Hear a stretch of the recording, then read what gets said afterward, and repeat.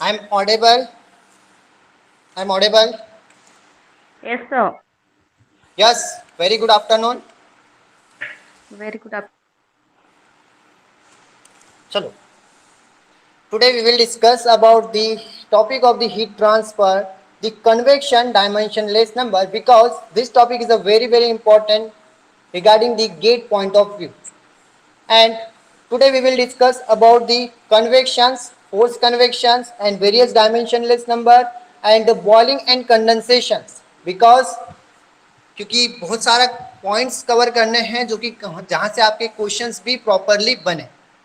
ठीक है, इसमें फिफ्थ सेम के मोस्टली स्टूडेंट ज्वाइन हो गए अब, क्योंकि मैंने अभी लेटेस्ट जस्ट क्लास लिया 3 से 4 और उनको ज्वाइन होने के लिए बोला। आप बेटा लीव भी कर सकते हो, अगर किसी को जाना होगा तो जा सकते हो, जो थर्ड ईयर वाले स्टूडेंट है। ओके, बट आपका रिवाइज हो जाएगा, क्योंकि आपको फिफ्थ सेमेस्टर में हीट ट्रांसफर आप पढ़ ही रहे होगे, इसलिए you can stay here. Okay, तो शॉर्ट कोर्स की तरह या फिर जिसको हम बोलते हैं क्रैश कोर्स की तरह, क्योंकि मैक्सिमम क्वेश्चंस हम यहां से कवर कर सकते हैं गेट के। ठीक, I will show my screen.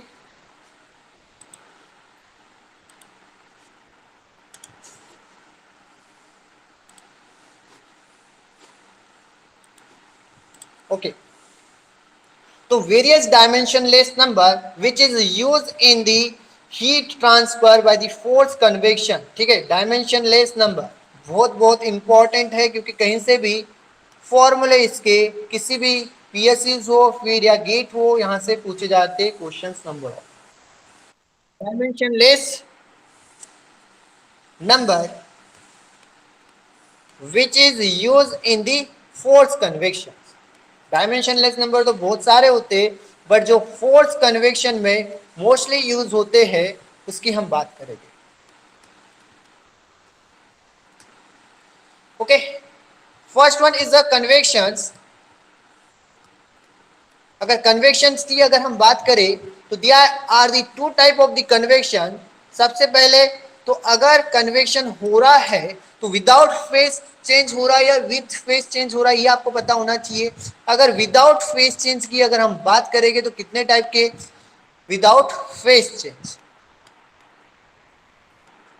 अगर विदाउट फेज चेंज की अगर हम बात करेंगे तो कितने टाइप के कन्वेक्शन होते हैं। अगर विथ फेज चेंज की अगर हम बात करेंगे तो कितने टाइप के कन्वेक्शन होते हैं। ओके, विदाउट फेज चेंज की अगर हम बात कर रहे हैं तो टाइप ऑफ द कन्वेक्शन, दो टाइप के कन्वेक्शन आपको देखने के लिए मिलेंगे without phase change and without phase change. You know very well phase change क्या होता है, विदाउट फेज चेंज क्या होता है, सब आपको पता है। Okay, now my screen is visible और नॉट? Not, sir. नॉट तो बताओ ना बेटा, बाकी लोग तो कुछ नहीं। Just one minute.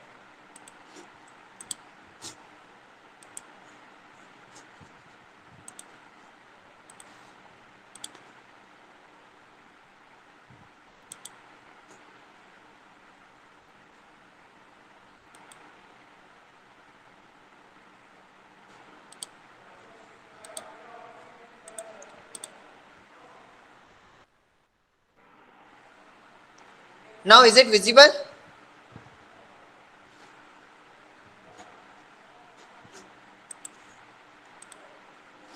Yes, sir. Okay,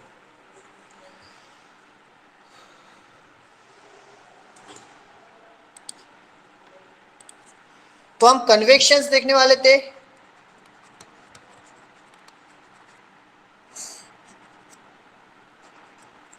There are the two type of the convections. First one is a without phase change. Without phase change. And second thing is known as a with phase change. With phase change. अगर without phase change की अगर हम बात करेंगे तो they are the two type of the convections here. First one is a forced convection and second one is a free convection. It is also known as a natural convection. Free convection or natural convection, right. Now here with phase change, अगर हम convections कर रहे, convections is nothing but it is a fluid motion is flowing through the surface. ऐसा नहीं कि stationary का the modes of the heat transfer, कुछ convections किस तरीके से होता है, ये कोई सरफेस है हमारे पास, this is a solid surface, they are the two different medium, the heat transfer will be by the convections. Convection से जब हीट ट्रांसफर होगा तो डिफरेंट मीडियम होने चाहिए। अगर सेम मीडियम में हीट ट्रांसफर होगा, लास्ट क्लास जब गेट की हुई थी आपकी ही, तो सेम मीडियम में हमने हीट ट्रांसफर देखा था, जो कि conduction, Newton's law of the cooling को हमने यूज किया था, न्यूटन्स लॉ ऑफ कूलिंग को हमने यूज किया था। नाउ हियर ये सॉलिड सरफेस है और ये लिक्विड है, किसी फ्री स्ट्रीम वेलोसिटी के साथ ये क्या करेगा, ये मूव करेगा, किसी फ्री स्ट्रीम वेलोसिटी के साथ मूव करेगा। जब ये वेलोसिटी के साथ मूव करता है तो इसको क्या बोलते हैं हम, किसी स्ट्रीम वेलोसिटी के साथ अगर मूव करेगा तो इसको हम फोर्स कन्वेक्शन बोलते हैं। अगर यहाँ पे किसी वेलोसिटी के साथ कोई हम ब्लोअर या फैंस नहीं लगाते, ये due to the density difference के कारण अगर होगा, सम स्ट्रीम वेलोसिटी, कुछ स्ट्रीम वेलोसिटी के साथ अगर ये फ्लो करेगा तो उसको आप क्या बोलते हो, फ्री कन्वेक्शन। बट यहाँ पे without any velocity, without any velocity, किसी भी वेलोसिटी के साथ अगर नहीं करेगा तो वो आपका होता है free convection. Okay, the convection is nothing but the different medium of the heat transfer, different mode of the heat transfer. लिख सकते इसको आप डिफरेंट मीडियम, अगर डिफरेंट मीडियम में हीट ट्रांसफर हो रहा है, this heat transfer is known as a convection, right. अगर some amount of the velocity है यहाँ पे अवेलेबल तो फोर्स कन्वेक्शन होगा, अगर वेलोसिटी नहीं है due to the temperature difference के कारण हो रहा है, जैसे कि हम ज्यादा हीट अप कर दे इसको, अगर हीट अप ज्यादा कर दे तो ये ऑटोमेटिकली आपने देखा होगा फ्लूइड पास होगा इस सरफेस से, इस जो प्लेट रहेगी, फ्लैट प्लेट रहेगी, इस सरफेस से आपका फ्लूइड ऑटोमेटिकली पास होगा। This type of the convection is known as a force convection. Just okay, now without phase change हमने पता कर लिया। अब विथ फेज चेंज की अगर हम बात करें, अगर विथ फेज चेंज की अगर हम बात करें तो दो टाइप के विथ फेज चेंज में आते हैं, एक तो आता है बॉइलिंग एंड सेकंड आता है आपका condensation. Boiling and condensation, they are the two type of the convection where the phase change। Boiling मतलब क्या होगा आपका, जैसे कि कोई लिक्विड रहेगा हमारे पास, कोई लिक्विड रहेगा, अगर लिक्विड को हमने क्या किया, हीटअप किया, इस लिक्विड को हमने हीटअप करने की कोशिश की, ज्यादा हीट किया तो ये किस में कन्वर्ट हो जाएगा, ये वेपर में कन्वर्ट हो जाएगा। But condensation is opposite to the boiling, here vapour रहेगा, अगर वेपर को आपने क्या कर दिया, इस लिक्विड में कन्वर्ट कर दिया तो इसको बोलते हैं हम condensation. Okay, and boiling and evaporations are the very similar. कोई बताएगा मुझे बॉइलिंग एंड इवेपोरेशन में कोई डिफरेंस, बॉइलिंग एंड इवेपोरेशंस में एनीवन? सर अगर एक्सेस हीट प्रोवाइड करी तो इवोपोरेट होता ना। व्हाट समीर? यस, इवोपोरेट यानी सर वो लिक्विड है वो वेपराइज फॉर्म में रहता है और बॉइलिंग यानी लिक्विड स्टेट में रहता है। बॉइलिंग मतलब लिक्विड से वेपर जब फेज चेंज हो रहा है उसको हम बॉइलिंग बोलते हैं, कंडेंसेशन मतलब वेपर से लिक्विड हो रहा तब उसको कंडेंसेशन बोलते हैं। बट मैं ये पूछना चाह रहा हूँ बॉइलिंग एंड इवेपोरेशन में जो मेन डिफरेंस है उसको क्या आप बोलेंगे, बॉइलिंग मतलब क्या, इवेपोरेशन मतलब क्या? एनीवन, कोई थर्ड ईयर वाला, क्योंकि आपका अभी हुआ है।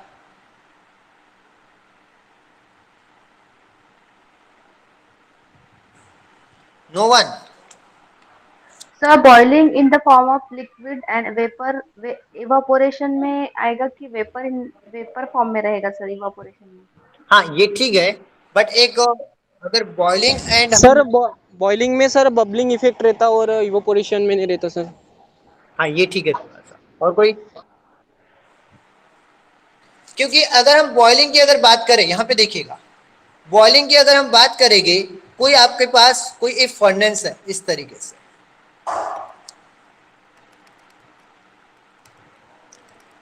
ये फर्नेस है। अगर हम यहाँ से हीट दे रहे हैं, क्यों हीट दे रहे हैं, सम अमाउंट ऑफ हीट दे रहे हैं, तो ये जो लिक्विड है कुछ समय बाद अगर ये बॉईल हो गया तो ये वेपर में कन्वर्ट हो जाएगा, तो इसको तो हम बॉइलिंग बोलते हैं। बट बॉइलिंग में क्या रहता है, ये सॉलिड एंड लिक्विड सरफेस, जब सॉलिड एंड लिक्विड सरफेस जहां पे आपको दिखाई देगा, दिस टाइप ऑफ फेज या this type of phenomena is known as the boiling. But evaporations में क्या होगा, देखिएगा इवोपरेशंस में क्या होगा, सॉलिड एंड लिक्विड इंटरफेस हम नहीं बोल सकते हैं, यहां पे लिक्विड एंड वेपर इंटरफेस जब भी बात होगी तब उसको क्या बोल सकते हैं हम, इवोपरेशंस बोल सकते हैं, इंटरफेस की अगर बात हो। ठीक है, तो इतना ही डिफरेंस है बॉइलिंग एंड इवोपरेशंस, बाकी सिमिलर। ओके, किसी को कुछ डाउट यहां तक? तो हम पहले फोर्स कन्वेक्शन से जो इंपॉर्टेंट टॉपिक है उसको देखते हैं, फिर फ्री कन्वेक्शन से देखते हैं, फिर बॉइलिंग में देखते हैं और फिर कंडेंसेशन में देखते हैं। तो मैक्सिमम से मैक्सिमम 40 मिनट्स, 30 to 40 मिनट्स। ठीक है, अब फालतू की चीजें या फालतू की थ्योरी हम डिस्कस नहीं करेंगे, जो इंपॉर्टेंट है उसी को आपको कैप्चर करना है और एक बार आपको पढ़ना है।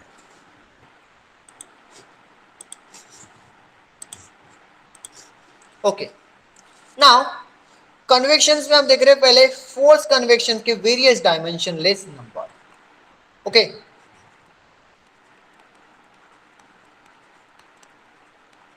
various dimensionless number which is used in the force convection, जो कि हम force convection में मोस्टली यूज करते हैं। Okay, the first number is known as a Reynolds number, जो कि आपने फ्लूइड मैकेनिक्स में भी आपने पढ़ा ही होगा, Reynolds number. The Reynolds number, it is sometimes is known as a RE and it is equals to the rho VL by the mu। अब बहुत सारे लोगों को ये डाउट होता है कि ये रो VL by mu क्या ये फॉर्मूला सर रटना है? बेटा आपके अगर बेसिक कंसेप्ट अगर क्लियर है तो ये फॉर्मूला रटना नहीं पड़ेगा, क्योंकि Reynold number already discussed in the fluid mechanics, the Reynolds number is nothing but the inertia force to the viscous force, right? Inertia force to the viscous force, ये formula कैसे आता है वो बता देते हैं। ठीक है, क्योंकि बहुत बार ये फॉर्मूला डायरेक्टली आपको देखने के लिए मिला हुआ है, या फिर कोई क्वेश्चंस दिया रहेगा जिसमें आपको फ्लूइड डेंसिटी दी है, वेलोसिटी दी है, लेंथ ऑफ पाइप दिया हुआ है और डायनामिक विस्कोसिटी दी हुई है ना। ये कुछ नहीं होता है, जो रो दिख रहा है डेंसिटी ऑफ फ्लूइड या डेंसिटी या mass density, v is the velocity, ठीक है, mu is the dynamic viscosity and L is the length of pipe या लेंथ ऑफ जो भी हो आपके पास, या प्लेट हो या पाइप हो, ठीक है, लेंथ ऑफ पाइप या प्लेट, राइट। तो ये चीज होगी density, velocity, dynamic viscosity and length, right. तो अगर आपको ये फॉर्मूला अगर पता करना है तो आपको पता है Reynold number is known as the inertia force to the viscous force. Inertia force that means momentum force, क्योंकि ये इनर्शिया फोर्स मतलब क्या होता है आपका, मोमेंटम फोर्स। मोमेंटम फोर्स मतलब m into a, mass into acceleration, right. Mass into acceleration है तो आप मास को जैसे कि वैसे लिख रहे हैं, एक्सेलरेशन को आप वेलोसिटी बाय टाइम आप लिख सकते हो, बिल्कुल लिख सकते हैं। वेलोसिटी को फिर क्या लिख सकते हैं, वेलोसिटी को लेंथ बाय टाइम हम लिख सकते हैं, हाँ या ना। अगर मैं टाइम को सब्जेक्ट बनाऊं t it is equal to l by v आ जाएगा या नहीं आएगा, बिल्कुल आएगा,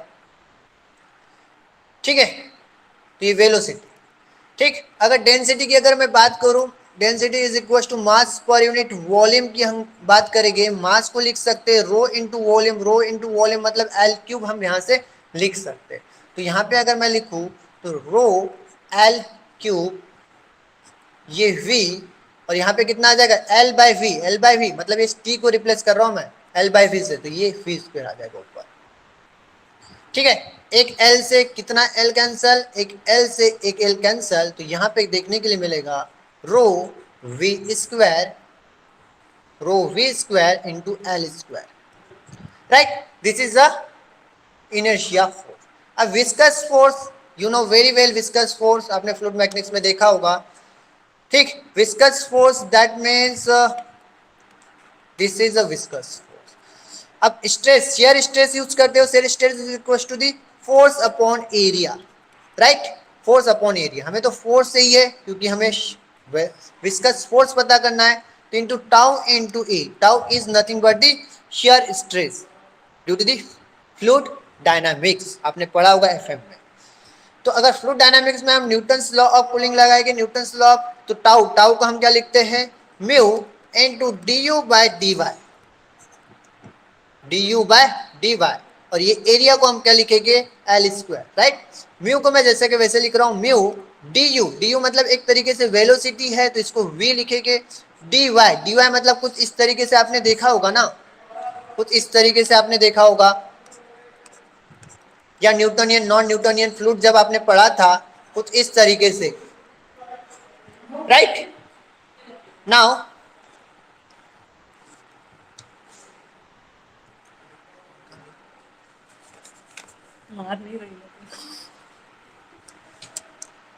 right, now here the Newton's law of viscosity या Newton's law of viscosity या Newton's law of cooling, यहां से आप लिख सकते हो कितना, v dy, dy मतलब कुछ लेंथ होती थी इसलिए मैं यहाँ पे l लिख रहा हूं, और ये l square, right. Now here you can cancel out this term l to l, यहाँ पे कितना बचता है, mu into V into L बचेगा, तो लिख लो यहाँ पे कितना था हमारे पास, नीचे लिख के लो, inertia force into viscous force, तो रेनॉल्ड नंबर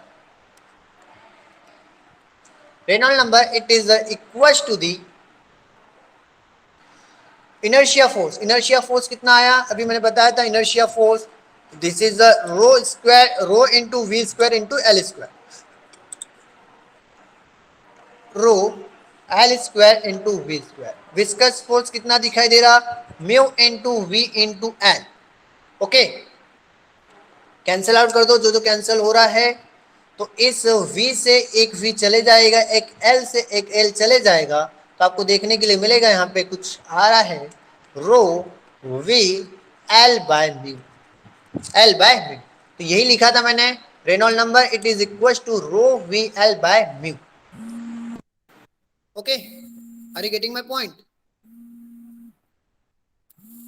जस्ट 1 मिनट।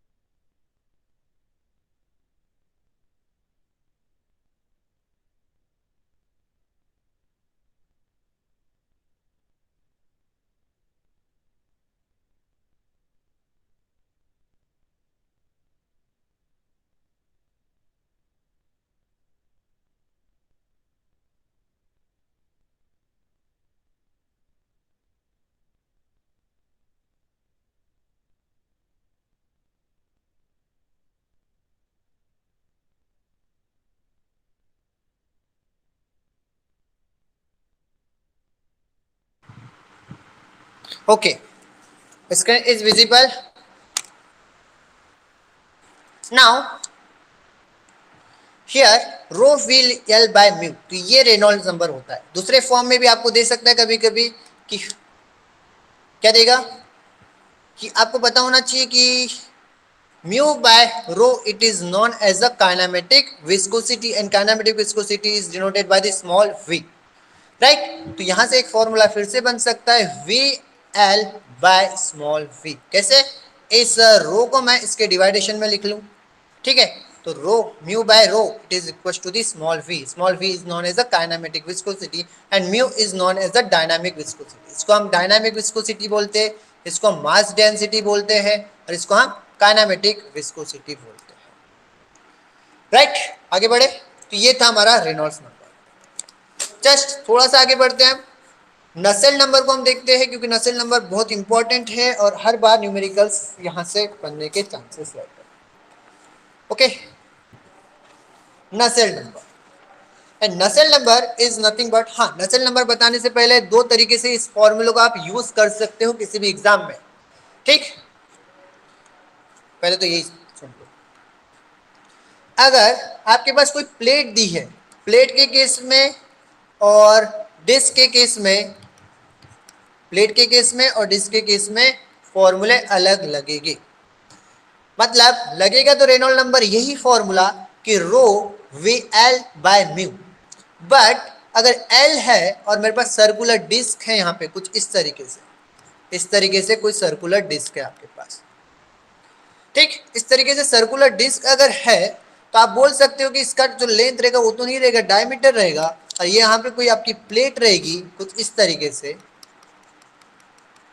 तो इसकी तो आपके पास लेंथ होगी। तो दो तरीके से इसके फॉर्मूले आप यूज कर सकते हो। L is replace by D, जब L को रिप्लेस करोगे D से तो वो डिस्क के लिए फॉर्मूला बन जाएगा, और जब L रखोगे तो प्लेट के लिए बन जाएगा। एक चीज।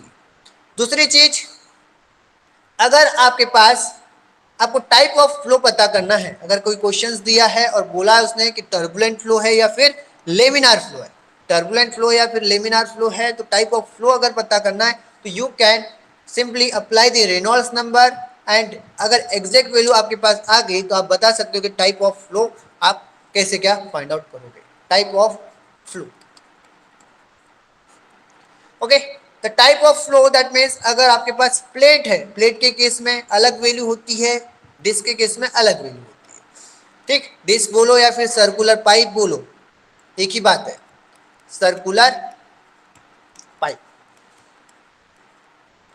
Okay, now plate, here if the value of the Reynolds number is less than 3 into 10 raised power the 5,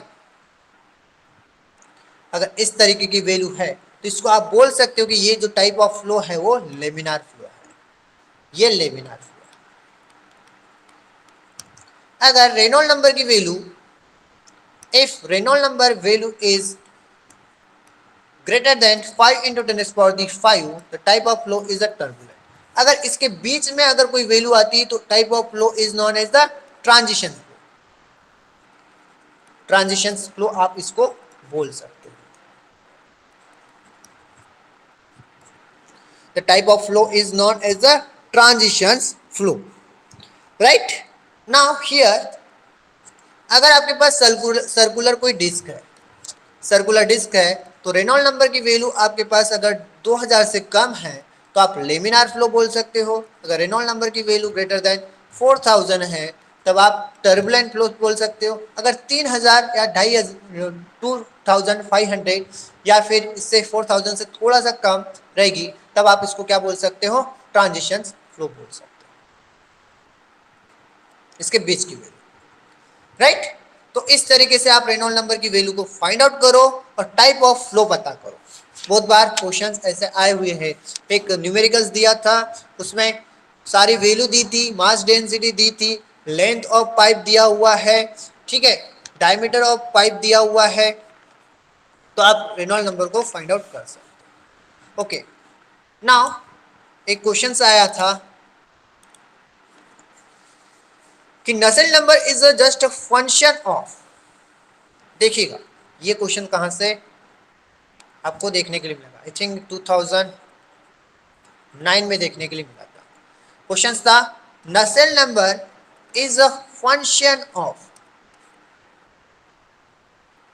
okay, तो नसेल नंबर इज अ फंक्शन, किस किस का फंक्शन होता है, तो नसेल नंबर, सेकेंड पॉइंट था हमारे पास नसेल नंबर,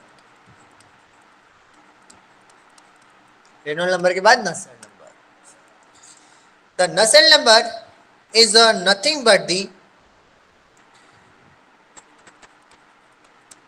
नसेल number is nothing but it is the ratio of the convective heat transfer to the conductive heat transfer. Okay, now you know very well the convective heat transfer, it is given by the Newton's law of the cooling, here H A delta T, and conductive heat transfer is given by the Fourier's law of the heat conduction, here Fourier's law of the heat conduction, that means Q it is equals to Ka dt by the dx, dt मतलब temperature difference, dt by the d of x. You can cancel out this term, surface area and surface area, this is also temperature difference, this is also temperature difference. Okay, this x, x मतलब just a length, कुछ इस तरीके से। अगर मैं conduction की बात करूं, कोई दो फेस है हमारे पास, यहाँ का टेम्परेचर कुछ 50 डिग्री सेल्सियस है, यहाँ का टेम्परेचर कुछ 20 डिग्री सेल्सियस है। यहाँ से यहाँ तक जो हीट ट्रांसफर होगा, यहाँ से यहाँ तक जो डिस्टेंस होती है वो होती है dx। That means dx it is equal to l। तो यहाँ पे मैं लिख रहा हूँ Nusselt number it is equal to h। इस x को मैंने रिप्लेस किया l से, ओके l से रिप्लेस किया, तो h, ये जो x है ऊपर जाएगा तो l बन जाएगा divided by k। Nusselt number is nothing but it is a function of the convective heat transfer coefficient h. H is nothing but the convective heat transfer coefficient and k is the thermal conductivity.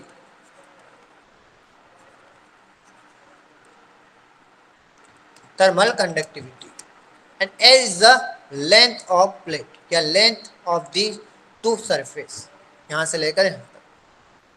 ठीक है, तो नसेल number आप बता सकते हो। तो नसेल number is a function of, एक पॉइंट था, अगर मैं आपको ऑप्शन अगर बताऊं इस क्वेश्चन के, पहला था कि convective heat transfer coefficient H ने लिखा था, पूरा लिखा था कन्वेक्टिव हीट ट्रांसफर कोएफिशिएंट, उसने ये नहीं बताया कि एच क्या है। दूसरा थर्मल कंडक्टिविटी, तीसरा तीसरा दिया था आपके पास थर्मल डिफ्यूसिविटी एंड चौथा दिया था मास डेंसिटी। तो आपको पता होना चाहिए, ठीक है। या फिर एक दिया था फिफ्थ, जो भी ऑप्शंस थे चेक कर लेना, इसमें से कोई दिया था 1 एंड 2। तो आपको पता है the Nusselt number is a function of the convective heat transfer coefficient and thermal conductivity. Okay, now next one is the point is a Prandtl number.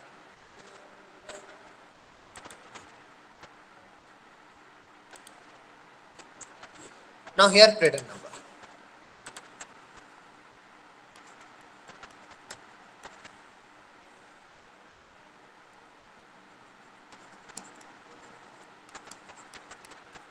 Prandtl number. The Prandtl number is denoted by the P of R. It is equal to it is the ratio of the kinematic viscosity to the mass density. Not is mass density. This is a thermal diffusivity. यहाँ पे जो बोला था मैंने alpha, this is a thermal diffusivity. It is the ratio of the kinematic viscosity is denoted by the small v and thermal diffusivity is denoted by the alpha. Okay, अभी बताया था मैंने स्मॉल v को हम क्या लिख सकते हैं, स्मॉल v को हम लिख सकते हैं mu by rho and thermal diffusivity also मैं बता चुका हूँ, जब थर्मोडाइन हीट ट्रांसफर हम पढ़ रहे थे फर्स्ट यूनिट, तब उसकी वैल्यू थी म्यू सी बाय के, इसको भी मैंने आपको बताया। This mu and mu will be cancelled out and Prandtl number it is the function of just dynamic viscosity, heat capacity and the thermal conductivity। ये भी क्वेश्चन पूछा था इसरो में कि Prandtl नंबर जो फंक्शन होता है वो किसका होता है, और सेम ऑप्शंस दिए थे। तो आपको दिख रहा है डायनामिक विस्कोसिटी था, थर्मल कंडक्टिविटी था, इसमें कन्वेक्टिव हीट ट्रांसफर कोएफिशिएंट कोई भी रोल प्ले नहीं करता है। ठीक है, किसी को कुछ डाउट, किसी को कुछ डाउट? No, okay.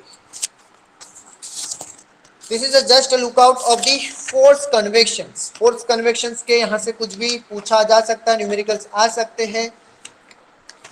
ठीक है, थोड़ा सा आगे बढ़ते हैं।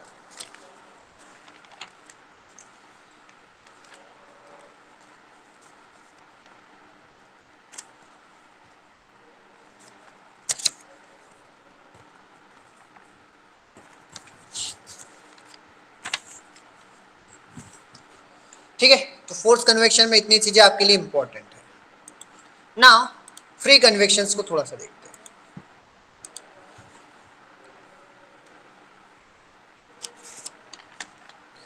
अब हम फोर्स कन्वेक्शन और फ्री कन्वेक्शन में थोड़ा सा डिफरेंस आता है यहाँ पे।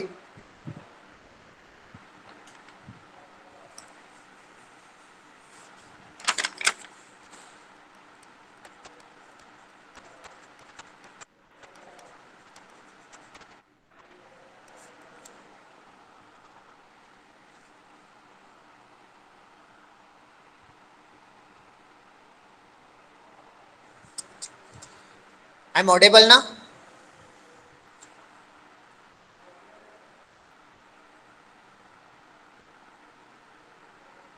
आई एम ऑडिबल, यस और नो? Yes sir. हाँ ओके, सर। ठीक है। तो free convection and force convection में एक डिफरेंस है जस्ट, कि यहां पे जो फ्री कन्वेक्शन होता है due to the density difference के कारण होता है। डेंसिटी डिफरेंस के कारण आपका फ्री कन्वेक्शन होता है। तो हम अब टाइप ऑफ फ्लो जो पता कर रहे थे, टाइप ऑफ फ्लो पता कर रहे थे ना, दो टाइप के हमने फ्लो पता किए। एक तो हमने बोला है कि ये लेमिनार होगा, या दूसरा बोला है हमने टर्बुलेंट होगा। किसके अकॉर्डिंग? हमने यूज किया by using this formula by Reynold number rho V L by me, rho V L by. But अगर हम बात करेंगे फ्री कन्वेक्शन की, ये जो यूज किया हमने फोर्स में यूज किया।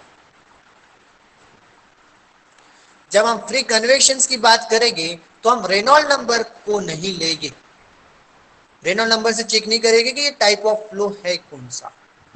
हम पता करेंगे कि यहां पे जो रिले नंबर की वैल्यू क्या है, रिले नंबर।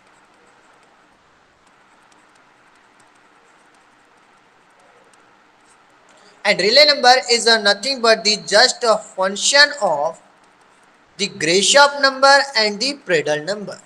क्योंकि यहां पे भी आपने देखा रेनॉल्ड नंबर, ठीक, रेनॉल्ड नंबर की वैल्यू को निकालते थे और टाइप ऑफ फ्लो पता करते थे कि ये लेमिनार है या टर्बुलेंट है। वैसे ही आपको क्या करना है, यहाँ पे रिले नंबर को पता करना है। रिले नंबर क्या है? रिले नंबर से हम ग्रेशॉफ नंबर और पेडल नंबर अगर पता है तो Rayleigh number it is nothing but it is a product of Grashof number and Prandtl number. ये क्वेश्चन जो है इसरो में पूछा कि रिले नंबर किसका फंक्शन होता है। बहुत सारे ऑप्शंस थे, Reynold number and Prandtl number, okay, Grashof number and Prandtl number, Stanton number and Reynold number and Grashof number and Rayleigh number.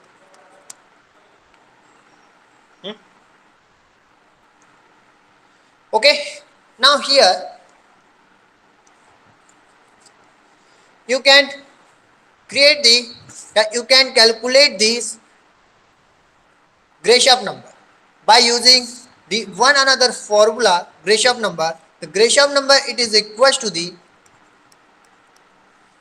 inertia force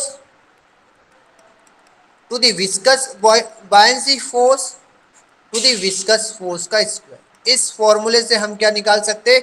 ग्रेशॉफ number की एक एग्जैक्ट वैल्यू निकाल सकते हैं। ग्रेशॉफ नंबर की एक एग्जैक्ट हम वहां से वैल्यू को निकाल सकते हैं। ग्रेशॉफ नंबर का फॉर्मूला ऑलरेडी हमने हीट ट्रांसफर जब पढ़ा रहे थे तब आपको बताता, ठीक। तो जस्ट बताने का मतलब यहाँ पे ये है कि रिले नंबर हम फाइंड आउट करेंगे इस ग्रेशॉफ नंबर से, और पेडल नंबर का जब प्रोडक्ट हम लेंगे दोनों का, तब आप बता सकते हो कि इसकी जो वैल्यू है रिले नंबर की वो क्या है, ठीक है। नाउ यहां पे जो रेनॉल्ड नंबर है वो हम कैसे क्या फाइंड आउट करोगे? तो रेनॉल्ड नंबर दो तीन तरीके से हम फाइंड आउट कर सकते हैं, रिले नंबर सॉरी, कि अगर ग्रेशॉफ नंबर एंड प्रेडल नंबर का जो प्रोडक्ट है लेस देन 10⁻⁹ और ग्रेटर देन 10⁻⁹, दो में से अगर लेस देन होगा तो इसको हम बोल सकते हैं कि लेमिनार होगा, ओके, एंड ग्रेटर देन 9 है तो इसको बोल सकते हैं हम टर्बुलेंट होगा, इसको बोल सकते हैं हम टर्बुलेंट होगा। तो बस इतना डिफरेंस है फ्री कन्वेक्शंस एंड फोर्स कन्वेक्शंस में थोड़ा सा, ठीक है। ये बेसिक सा डिफरेंस है। यहाँ पे हम ग्रेशॉफ नंबर को इंट्रोड्यूस कराते, और एक क्वेश्चन आया था कि ग्रेशॉफ नंबर इज इंट्रोड्यूस बाय, या फिर पूछा था कि ग्रेशॉफ नंबर हम किस कन्वेक्शंस के लिए यूज करते हैं। Grashof number is use for which modes of the heat transfer, conductions, convections और रेडिएशन।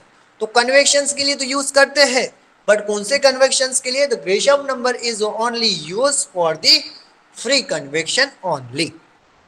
फ्री कन्वेक्शन में ही ग्रेशॉफ नंबर हम यूज करते हैं, ना कि फोर्स कन्वेक्शन।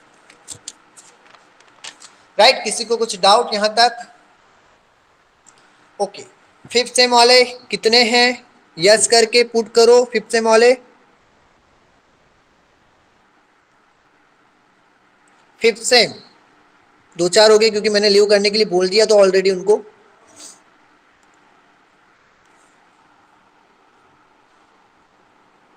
ओके, मोस्टली बहुत कम है, ठीक है, क्योंकि उनका टॉपिक, यस यस निक्की, ठीक है, you can leave the class क्योंकि मैं बॉइलिंग पढ़ा होगा, बॉइलिंग जस्ट आपका हो चुका है।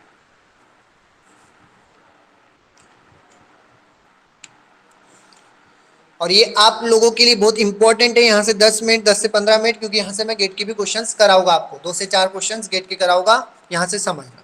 ये तो थोड़ा बेसिक कंसेप्ट आपको बता दिया। किसी को कुछ डाउट यहाँ तक? No.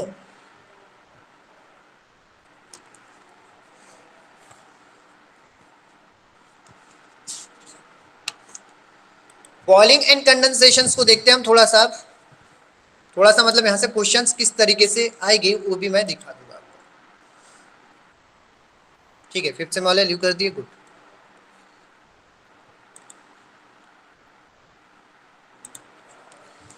Boiling and condensation,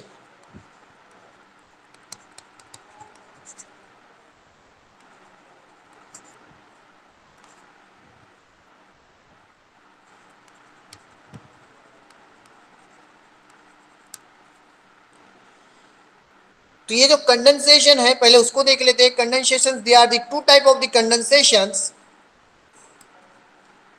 basic चीज है, two type of the condensations. First one is the film wise condensations and second one is the drop wise condensations.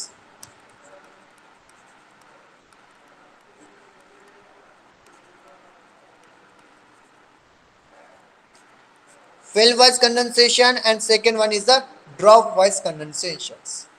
तो इस फिल्म वाइज और ड्रॉप वाइज में से कौन सा बेटर कंडेंसेशन है, कौन सा हम मोस्टली यूज करते हैं इन रियल लाइफ में? तो देखिएगा, film wise and drop wise में हम देखते हैं एक डायग्राम के थ्रू। ये अगर आपकी फ्लैट प्लेट है, दोनों में बता रहा हूं, ये कोई वर्टिकल फ्लैट प्लेट है या सरफेस है,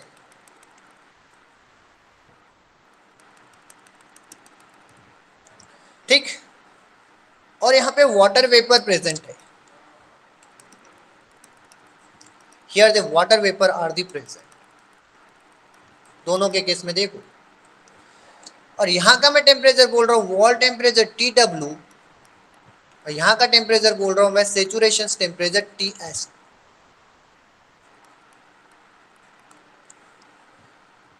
ओके, नाउ हियर अगर ये कोल्ड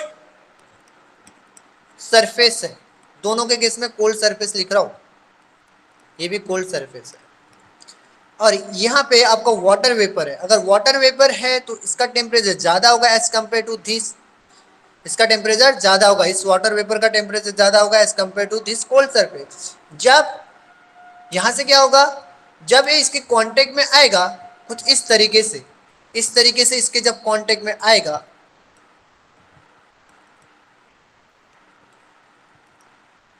तो यहाँ पे क्या होगा, जैसे ऊपर गया, सबसे पहले ऊपर गया, तो यहाँ पे क्या होगा, इसे ऐसे ऐसे नीचे गिरते जाएगा, नीचे जैसे जैसे गिरते जाएगा तो यहाँ पे एक लेयर फॉर्म होगी कुछ इस तरीके से,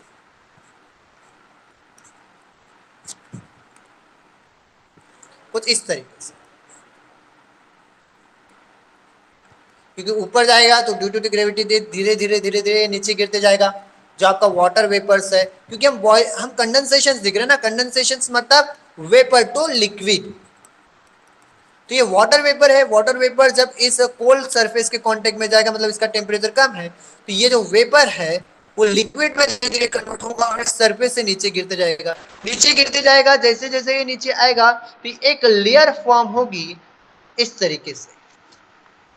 तो जब लेयर फॉर्म होगी तो इस लेयर के फॉर्मेशन के कारण ही इसको क्या बोलते हैं, लेयर को ही हम इस तरीके से इसको फिल्म बोलते हैं। एक लेयर फॉर्म होगी या इसको हम फिल्म भी बोलते हैं। इस टाइप के बॉइलिंग, इस टाइप के हम कंडेंसेशन को हम क्या बोलते हैं, फिल्म वाइज कंडेंसेशन। तो ड्रॉप वाइज क्या होता है? तो ड्रॉप वाइज कंडेंसेशन में क्या होता है, कोई लेयर नहीं बनती। अगर यहाँ पे जैसे आपने ग्लास देखा होगा या फ्रिक्शन लेस सरफेस देखा होगा, अगर यहाँ पे एक बूंद गई तो ये बूंद क्या करती है, नीचे आ जाती है, दूसरी बूंद फिर यहाँ पे आ जाती है। तो बूंद का एक तरीके से यहाँ से कुछ बूंद है और यहाँ पे क्या रहता है, यहाँ पे स्पेस रहता है थोड़ा सा, ठीक है। तो यहाँ पे कोई लेयर फॉर्म नहीं होती है, जस्ट अ ड्रॉप, मतलब इस तरीके से ड्रॉप होते हैं। ड्रॉप मतलब इस तरीके से यहाँ पे जो बूंद है वो इस तरीके से गिरेगी नीचे, तो कोई भी लेयर का फॉर्मेशन यहाँ पे नहीं होता है। इस टाइप के कंडक्शन को हम बोलते हैं ड्रॉप वाइज कंडक्शन। अब यहाँ पे बूंद क्यों गिरती है और यहाँ पे क्यों नहीं गिरती? क्योंकि यहाँ पे हम some amount of the additive हम यूज करते हैं, कुछ अमाउंट ऑफ एडिटिव या केमिकल कंपोजिशंस का यूज करके यहाँ पे जो वाटर वेपर्स है इस बूंद के फॉर्म में इस सरफेस से गिरते हैं, तो ये ड्रॉप वाइज कंडेंसेशन कहलाता है। तो रियल लाइफ में हम कौन सा यूज करते हैं, रियल लाइफ में हम कौन सा यूज करते हैं, सबसे अच्छा कौन सा है? तो बेटा अगर हम कुछ समय बाद अगर देखें फॉर द लॉन्ग टाइम, ये जो आपका ड्रॉप्स हो रहे हैं वो एज अ फिल्म ही बिहेवियर करेंगे कुछ समय बाद, बट शॉर्ट टाइम के लिए हम ड्रॉप वाइज कंडेंसेशन यूज करेंगे, बट लॉन्ग टाइम के लिए हम फिल्म वाइज कंडेंसेशन यूज करेंगे। And in a real life we just use the film wise condensations only, because real life मतलब हमें लॉन्ग समय के लिए अगर चलना है तो हम केवल और केवल फिल्म वाइज कंडेंसेशन ही यूज करेंगे, ड्रॉप वाइज नहीं। कौन सा अच्छा है? तो अच्छा तो हमारे पास ड्रॉप वाइज कंडेंसेशन है। क्यों है? क्योंकि अगर यहाँ से हम हीट ट्रांसफर रेट देखेंगे, अगर हीट ट्रांसफर रेट अगर यहाँ पे देखेंगे तो यहाँ पे जो फिल्म है एज अ रेजिस्टेंस वर्क करेगी, क्योंकि यहाँ से यहाँ तक हीट ट्रांसफर होने में बहुत टाइम लग जाएगा, तो एज अ रेजिस्टेंस वर्क करेगी ये फिल्म, इसलिए यहाँ पे हीट ट्रांसफर रेट कम होगा, यहाँ पे ज्यादा होगा। But after some time, for the long time, we just only use the film wise condensation. किसी को कुछ डाउट? नो। अब देखते हैं बॉइलिंग।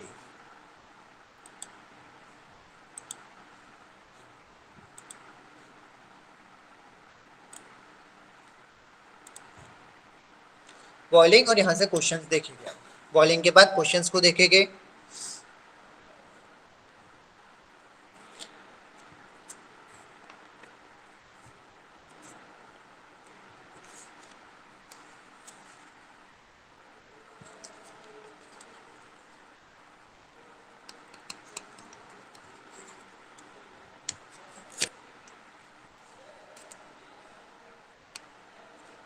Boiling, okay. तो बॉइलिंग मतलब क्या हो रहा है? Boiling and condensation both are the phase change process, right? Both are the phase change process, but in the case of the boiling, liquid to vapour transfer, liquid to vapour transfer होता है। तो they are the two type of the boiling, subcool boiling and the saturated boiling. दो type की boiling होती है यहाँ पे। एक होती है subcool, first one is a सब cool and second one is a saturated boiling. Saturated boiling, right? Here सब कूल बॉइलिंग मतलब कुछ इस तरीके से, अगर एक सरफेस है हमारे पास और यहां से वाटर फ्लो कर रहा है,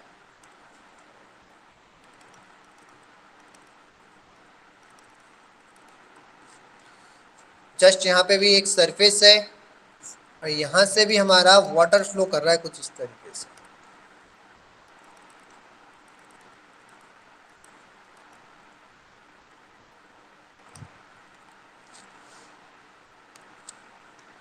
ठीक है। अगर हम यहां से हीट ट्रांसफर करेंगे, यहां से हीट ट्रांसफर करेंगे, फॉर एग्जांपल यहाँ पे टेम्परेचर हम बात कर रहे हैं 120 डिग्री सेल्सियस, हमने टेम्परेचर यहाँ पे दे दिया, ठीक। तो ये हॉट सरफेस के कारण यहाँ पे क्या होगा, यहाँ पे जस्ट धीरे धीरे बबल्स का फॉर्मेशन होगा, बबल्स का होगा कुछ इस तरीके से, क्या होगा, कुछ इस तरीके फ्लूइड का मोशन होगा, और ये टेम्परेचर है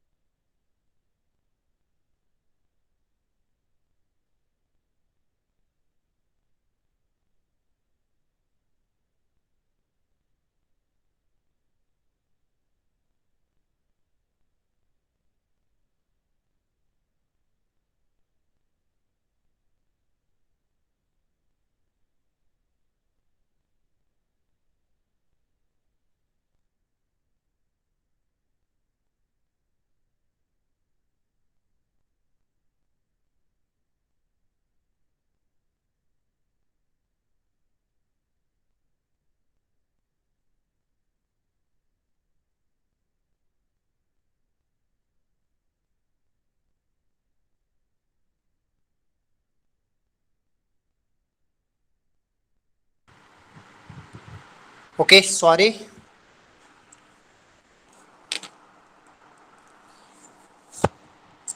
ठीक है, तो in the case of the subcool boiling, यहाँ पे अगर टेम्परेचर 120 डिग्री सेल्सियस अगर आपने यहाँ पे दिया है, ओके, नाउ हियर यहाँ पे कुछ टेम्परेचर कुछ और रहेगा 102 डिग्री सेल्सियस, और यहाँ पे कोई टेम्परेचर दूसरा रहेगा 120 डिग्री सेल्सियस, यहाँ पे कुछ और टेम्परेचर रहेगा 115 डिग्री सेल्सियस, यहाँ पे कोई, मतलब बोलने का मतलब ये है कि यहाँ पे हर एक पॉइंट पे अगर डिफरेंट टेम्परेचर रहेगा तो उस टाइप के बॉइलिंग को हम बोल सकते हैं सबकूल बॉइलिंग, डिफरेंट टेम्परेचर में।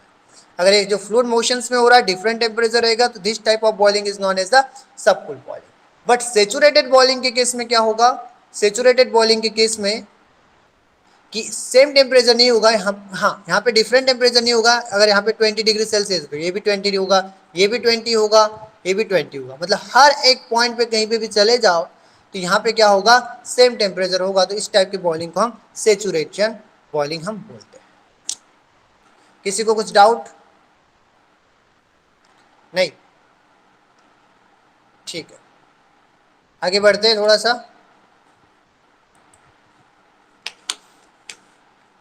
जस्ट इस डायग्राम को आपको समझना है और उसके बाद मैं न्यूमेरिकल्स उसी के ऊपर कराऊंगा, क्योंकि यहाँ से छोटे छोटे न्यूमेरिकल जितनी चीज़ें मैंने अभी बताई वो चीज़ आ सकती है। यहाँ पे देखिएगा,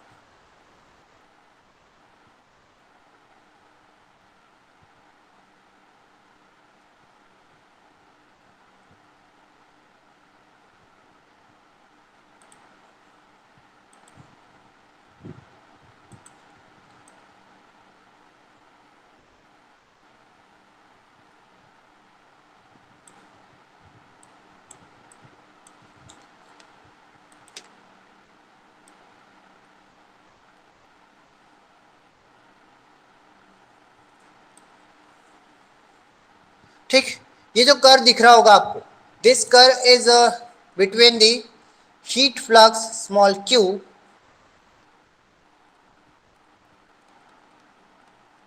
and the temperature axis del T, del T, और इसके बीच में आपका ये ग्राफ बनता है। देखिएगा,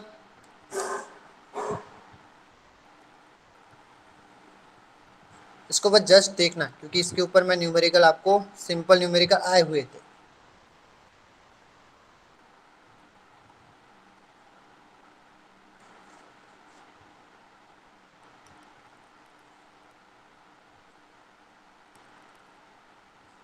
okay, here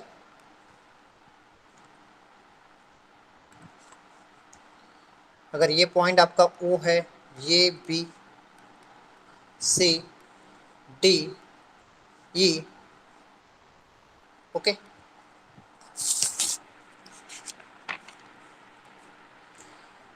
boiling pool rhythm की बात कर रहा हूं मैं, बॉइलिंग रिजिम्स की बात कर रहा हूं, कितने मोड्स ऑफ द बॉइलिंग होते हैं, बॉइलिंग रिजिम्स की हम बात करें, what are the types of the boiling. Okay, now here अगर इस चीज को देखो, ये कोई कंटेनर है, जस्ट एक कंटेनर। अगर आपने यहां से हीट देना स्टार्ट कर दिया, यहां से हीट देना स्टार्ट कर दिया या 120 डिग्री सेल्सियस आपने हीट दी, जैसे हीट दोगे तो यहाँ पे हीट देने के साथ सबसे पहले क्या दिखाई देगा आपको, बबल कोलैप्स हो गए, धीरे से यहाँ पे बबल्स क्रिएट हो गए, हाँ या ना। मोशन होगा due to the temperature difference, due to the density difference, density difference के कारण मोशंस होगा, और यहाँ पे बबल्स कोलैप्स हो गए तो यहाँ पे सर्कुलर मोशंस होगा। सर्कुलर मोशंस जैसे ही होगा, अगर यहाँ पे मैं टेम्परेचर लिख दूँ, यहाँ पे अगर 5 डिग्री सेल्सियस है, यहाँ पे 10 है, अगर यहाँ पे 30 है, okay, here is a 120 degree Celsius, यहाँ पे कोई 1000 डिग्री सेल्सियस है, जो भी और लेना है तो ले। ठीक, अगर यहाँ पे हमने टेम्परेचर जस्ट इंक्रीज किया, अगर पहले तो हो गया यहाँ से यहाँ तक, डेंसिटी डिफरेंस के कारण ये क्या होगा, इस सर्कुलर मोशंस में आ जाएगा, due to the density difference, density difference के कारण आएगा तो ये मोशंस होने लगेगा, जो लिक्विड का मोशंस है ये ऊपर जाएगा, ये नीचे आएगा, सर्कुलर मोशंस होगा। अगर सर्कुलर मोशंस होगा तो डेंसिटी डिफरेंस होगा, राइट, डेंसिटी डिफरेंस जहाँ पे भी होता हुआ दिखाई देगा तो type of boiling is known as a, यहां से यहां तक क्या हो रहा है, सबसे पहले तो नेचुरल कन्वेक्शन हो रहा है, नेचुरल कन्वेक्शन यहां से हो रहा है।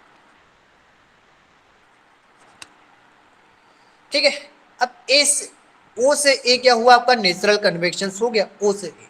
Now next one is here, अगर हम यहां से यहां तक बात करें पूरा का पूरा, एक तो आपका पॉइंट आता है बी भी पॉइंट आता है और दूसरा बी से सी भी आता है। तो यहाँ पे सेकेंड थिंग इज, अगर आपने इसका टेम्परेचर और बढ़ा दिया और टेम्परेचर राइज कर दिया, अब मैं यहाँ पे टेम्परेचर थोड़ा सा बढ़ा रहा हूँ, 130 कर रहा हूँ, ये मत सोचना कि सर यहाँ पे तो 10 डिग्री सेल्सियस है, मैं जस्ट इतना इंक्रीज करना चाह रहा हूँ, 10 डिग्री सेल्सियस मैंने इंक्रीज कर दिया। ठीक है, तो फिर यहाँ पे जो बबल्स है वो क्या कराएंगे, टॉप पे आ जाएंगे। बबल्स का एक बार तो क्या हो जाएगा, बबल्स एक बार कोलैप्स हो गए और दूसरी चीज क्या हो गए, एक टॉप पे आ जाएंगे, बबल राइज हो जाएंगे। तो सबसे पहले इतना फ्री कन्वेक्शन तो हो गया due to the density difference के कारण, फिर बबल्स क्या हुए, कोलैप्स हुए। तो ए से बी जो होता है उसमें मैं लिख रहा हूं बबल कोलैप्स, और जो बी से सी है उसमें क्या हो रहा है, बबल राइज हो रहे, बबल्स तो आएंगे ही आएंगे, बबल राइज हो गए, बबल राइज हो जाएगा। ठीक, और ये bubble collapse and bubble rise को पूरा का पूरा जो नाम अगर दूं तो इस टाइप के बॉइलिंग को हम क्या बोलते हैं, this type of boiling is known as a nucleate boiling, nucleate boiling बोला जाता है। Right, this is the nucleate boiling. Now CCT, और यहाँ पे सबसे ज्यादा हीट फ्लक्स दिखाई दे रहा आपको, यहाँ पे सबसे ज्यादा हीट फ्लक्स दिखाई दे रहा, तो यहाँ पे मैक्सिमम हीट फ्लक्स होता है, maximum heat flux, small Q को मैं क्या लिखता हूँ, heat flux. Maximum heat flux is known as a critical heat flux, इसी को हम क्या बोलते हैं, critical heat flux, this is a critical heat flux. Right, now here point number is the D, यहां से यहां तक। अब क्या होता है, नेक्स्ट अब ज्यादा और हीटअप कर दिया, इधर देखिए और ज़्यादा हीटअप किया, बबल्स कोलैप्स हो गए, बबल राइज अप हो गए, और ज़्यादा इसको हीटअप किया तो यहाँ पे क्या होगा, कुछ टाइम बाद यहाँ पे और ज़्यादा हीटअप करोगे तो एक लेयर बन जाएगी, सॉलिड के ऊपर एक लेयर बन जाएगी। अब सॉलिड के ऊपर लेयर बनने के बाद अब जितना ज़्यादा हीट ट्रांसफर यहाँ पे हो रहा था वो अब नहीं होगा, वो सडन ड्रास्टिकली यहाँ पे क्या चेंजेस आएंगे और यहाँ पे लोअर हीट ट्रांसफर रेट आपको देखने के लिए मिलेगा ड्यू टू दिस लेयर, क्योंकि ये जो लेयर है वो रेजिस्टेंस का वर्क करती है, जितना हीट ट्रांसफर रेट होना था उतना नहीं हो पाएगा क्योंकि यहाँ पे लेयर फॉर्म होगी। ओके, लेयर फॉर्म हो गया, रेजिस्टेंस यहाँ पे वर्क करने लगेगा, रेजिस्टेंस वर्क करेगा तो हीट ट्रांसफर रेट जो होगा वो डिक्रीज होगा इस पॉइंट पे। ठीक है, इसलिए यहाँ पे डिक्रीज हुआ, और जिस पॉइंट पे हीट ट्रांसफर रेट डिक्रीज होता है उस पॉइंट को हम बोलते हैं Leidenfrost point, Leidenfrost point, Leidenfrost point, उस पॉइंट को हम बोलते हैं। Right, now here drastically heat flux rate will be increase. अगर ड्रास्टिकली क्यों हो रहा है, अब तो यहाँ पे तो रेजिस्टेंस आ गया था सर, तो फिर अब डिक्रीज होने के बाद सडनली इंक्रीज कैसे क्या हो रहा है, तो यहाँ पे क्या होते हैं, अब बबल्स जो है वो बबल्स का फॉर्मेशन नहीं होता है और रेडिएशन हीट ट्रांसफर यहाँ पे वर्क करने लगता है, बबल्स का फॉर्मेशन नहीं होगा, और ज़्यादा हीटअप करोगे और टेम्परेचर बढ़ा दिया, 170 डिग्री सेल्सियस कर लिया और टेम्परेचर हम बढ़ा रहे हैं, इस डायरेक्शन में टेम्परेचर डिफरेंस और बढ़ा रहे हैं, तो बबल्स का फॉर्मेशन नहीं होगा, धीरे धीरे धीरे धीरे बबल्स रिमूव होते जाएंगे और यहाँ पे रेडिएशन हीट ट्रांसफर वर्क करेगा, due to this radius heat transfer the heat flux will be maximum, एक पॉइंट आएगा हीट फ्लक्स बहुत ज़्यादा हो जाएगा, बट और ज़्यादा हीटअप किया आपने थोड़ा थोड़ा थोड़ा थोड़ा, तो यहाँ पे क्या होगा, जो ये सरफेस दिख रही है आपको हॉट सरफेस, ये क्या हो जाएगी, ब्रेक हो जाएगी, ये जो हॉट सरफेस है वो क्या हो जाएगी आपकी, ब्रेक हो जाएगी। जैसे ये ब्रेक होगी तो इस पॉइंट को हम बोलते हैं burn out point, burn out point, ज्यादा आपने हीटअप कर दिया तो उस पॉइंट को आप क्या बोलते हो, बर्न आउट पॉइंट, राइट। किसी को कुछ यहाँ पे डाउट? अगर डाउट नहीं है तो मैं जो क्वेश्चंस आपसे पूछ रहा हूँ इसी डायग्राम से रिलेटेड वो आपको प्रॉपरली बताने हैं। Okay, just wait, I will share my screen, another screen.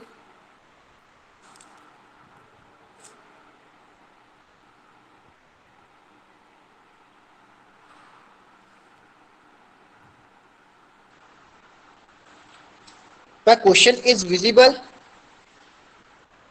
Hi Anna.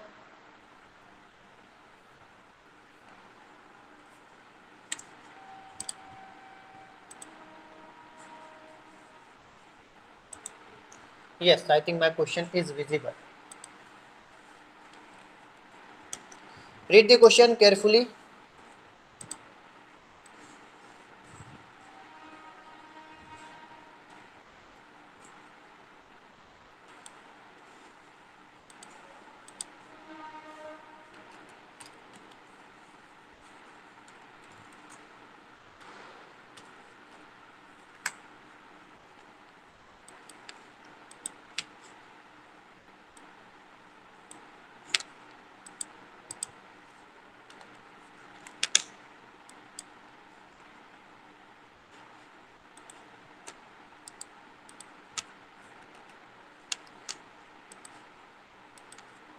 Question मिला आपको?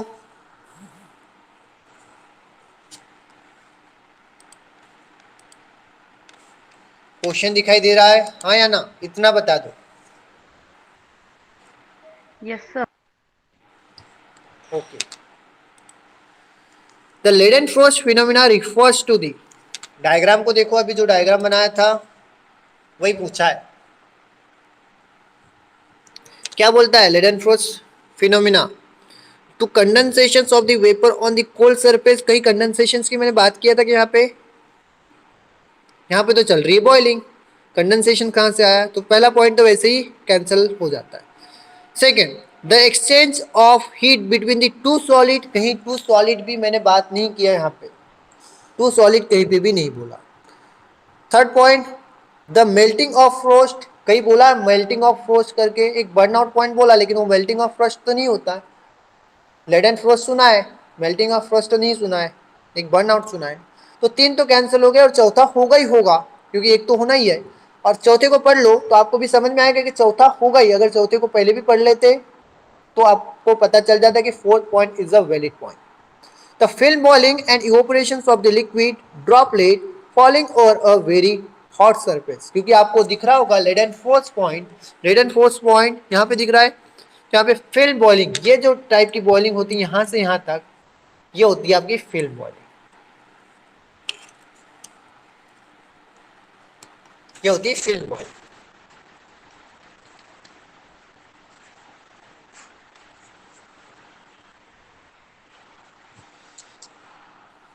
सेकेंड क्वेश्चन, ये क्वेश्चन समझ में आया या नहीं आया? नहीं आया तो बोल दो। Second question, read the questions and give me the answer.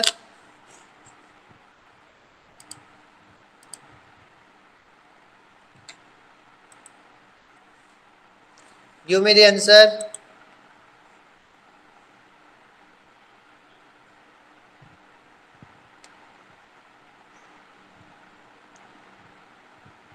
No, diagram के ऊपर ही क्वेश्चंस है।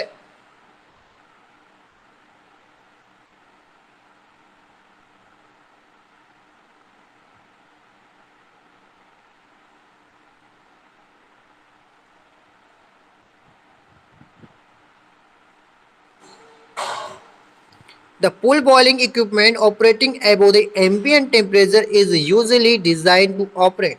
मैंने बोला था यहाँ पे कि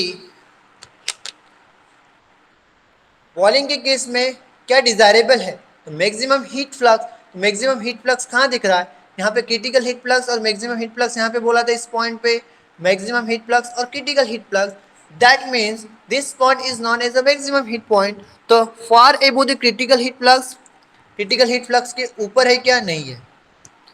the near the critical heat flux देखते, फार एबो द लेडन फोर्स तो यहाँ पे है, इसके ऊपर होगा या इसके आसपास होगा। लेडन फोर्स वाला पॉइंट तो कैंसल आउट ही हो जाएगा, 2 पॉइंट यहाँ से निकल गए, सी and D.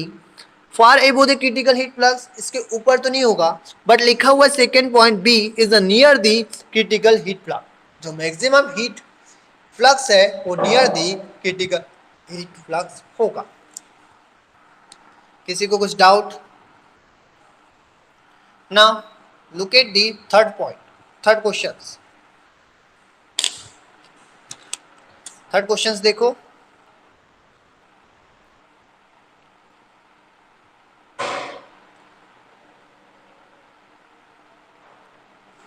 And give me the proper answer.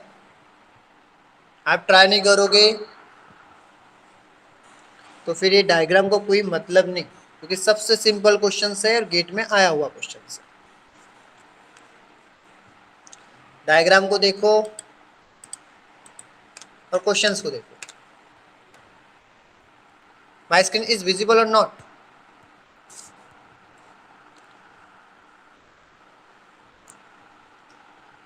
I think not. Sir visible नहीं है सर स्क्रीन। हाँ, एक मिनट।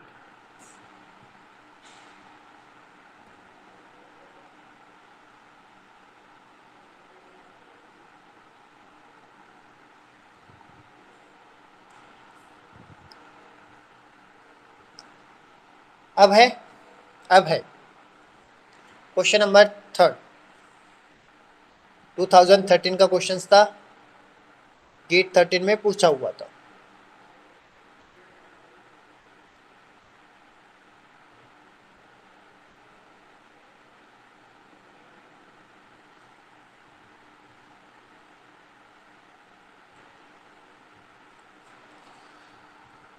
ठीक है। In the pool boiling experiment the following phenomena were observe. P for natural convections, Q for film boiling, R for transitions boiling, and S for the nuclear boiling. The pool boiling experiment, the following phenomena were observed. What was the correct sequence of their occurrence? तो option कौन सा D. Correct sequence होगा? Option D is the correct.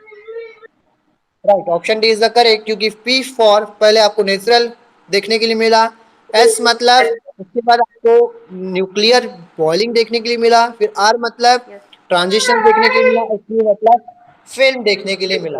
Option D is the correct answer. Okay, तो ऐसे questions हर बार पूछे जाते हैं, छोटे छोटे क्वेश्चन, छोटे छोटे न्यूमेरिकल्स। किसी को कुछ डाउट होगा रिलेटेड टू हीट ट्रांसफर तो you can ask me. Okay, thank you. You can leave the class. I will send the attendance link on your group.